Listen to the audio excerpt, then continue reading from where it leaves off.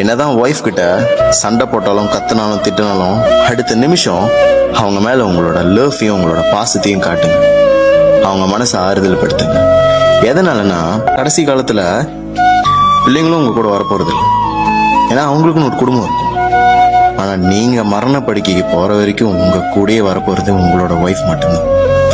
So நீங்க வாழ்ற இந்த வாழ்க்கையில அவங்க மேல அன்பை காட்டினா தான் கடைசி காலம் வரைக்கும் அந்த அன்பு அவங்க மனசுலயும் நிலைச்சு இருக்கும் உங்க மேல. ஸோ அதை என்னைக்குமே யோசிச்சு பாருங்க.